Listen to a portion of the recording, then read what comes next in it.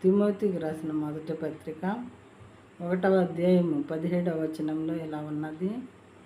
సకల యుగములలో రాజయుండి అక్షయుడును అదృశ్యుడును అగు అద్వితీయ దేవునికి ఘనతయు మహిమయు యుగ యుగములు కలుగును కాక అని ఉన్నది. సకల యుగములలో రాజయ్య ఉండటం మానవుల వశం ఎవరి వల్ల కాదు. ఆయన దేవుడు కాబట్టి సకల యుగములలో సమస్త సృష్టికి రాజయ్య ఉన్నాడు. ఆయన సకల యుగములలో రాజయ్యుండి అక్షయుడు, ఆయన అదృశ్యుడు, తర్వాత అద్వితీయుడు. ఈ లక్షణాలన్నీ మరి దేవుని యొక్క లక్షణములు అన్నమాట. అద్వితీయ దేవునికి ఘనతయు మహిమయు యుగ యుగములు కలుగును కాక. మళ్ళొకసారి వాక్యము.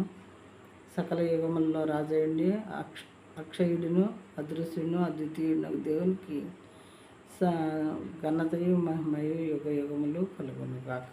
ఆమేన్.